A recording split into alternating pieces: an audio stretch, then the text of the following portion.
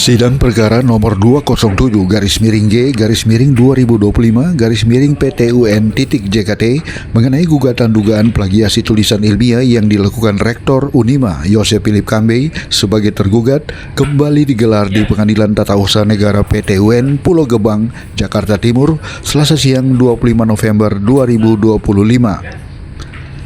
Pada sidang kali ini, pihak penggugat yang terdiri 3 orang dosen Unima, Arif Rizka Wulur, Noldi Pelenkahu, dan Ana Cilihiang, yang diwakili kuasa hukum Siprus Atatali dan Royke Bagalatu, menghadirkan saksi ahli hukum, sekaligus dosen Fakultas Hukum Universitas Krishna Dwi Payana Jakarta, Dr. Teguh Satya Bakti.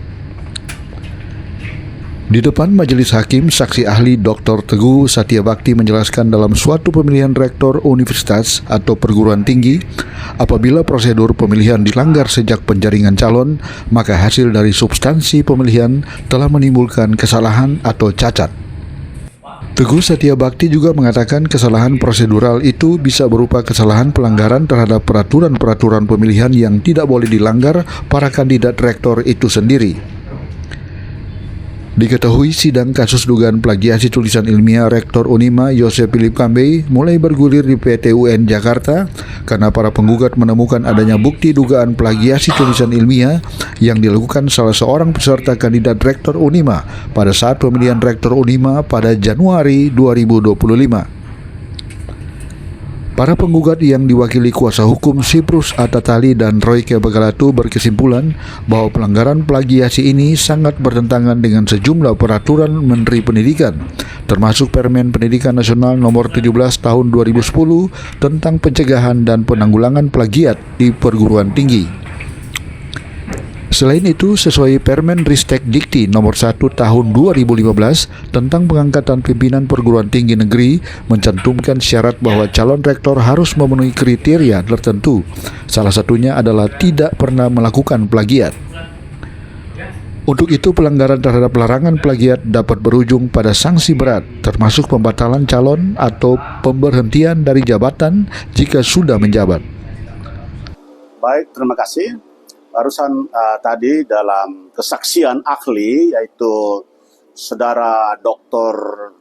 Teguh Sakti, yang dimana mempertegas bahwa dalam gugatan kami pihak penggugat memenuhi sebagaimana yaitu substansi, kewenangan dan prosedural, dan juga tidak melebihi batas daluarsa dalam gugatan TUN.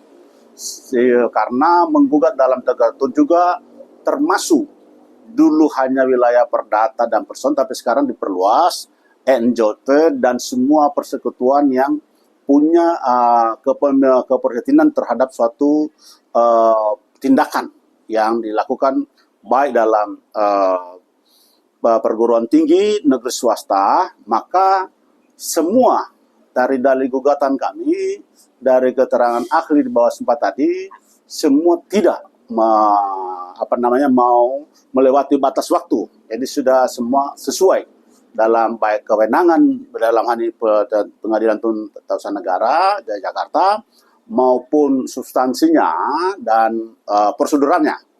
Nah, dalam keterangan ahli tadi menyampaikan bahwa apabila dari suatu calon terdapat adanya suatu perbuatan yang tercela seperti plagiasi, maka dia sudah melakukan kesalahan prosedural.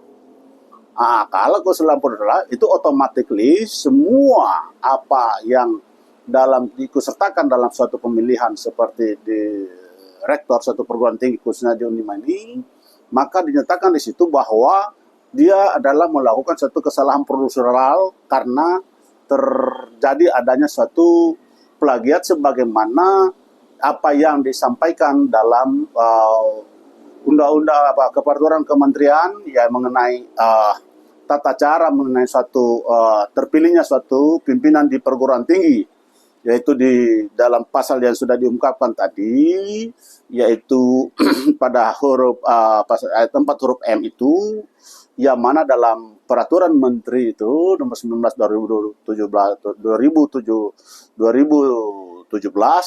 jelas dinyatakan bahwa syarat seorang pemimpin, terutama perguruan tinggi, yaitu harus bebas dari apa yang disebut plagiasi.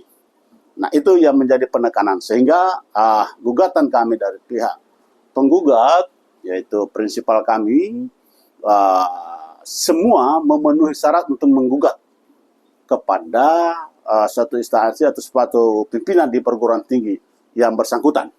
Jadi dengan tegas tadi, semua apa yang kami dalilkan dalam gugatan itu tidak menyalahi prosedur dan adalah kewenangan mengadili, itu Pengadilan Tuntutan Negara, karena dikeluarkan opsi sengketa oleh Kementerian Dikti Riset Saintek Republik Indonesia.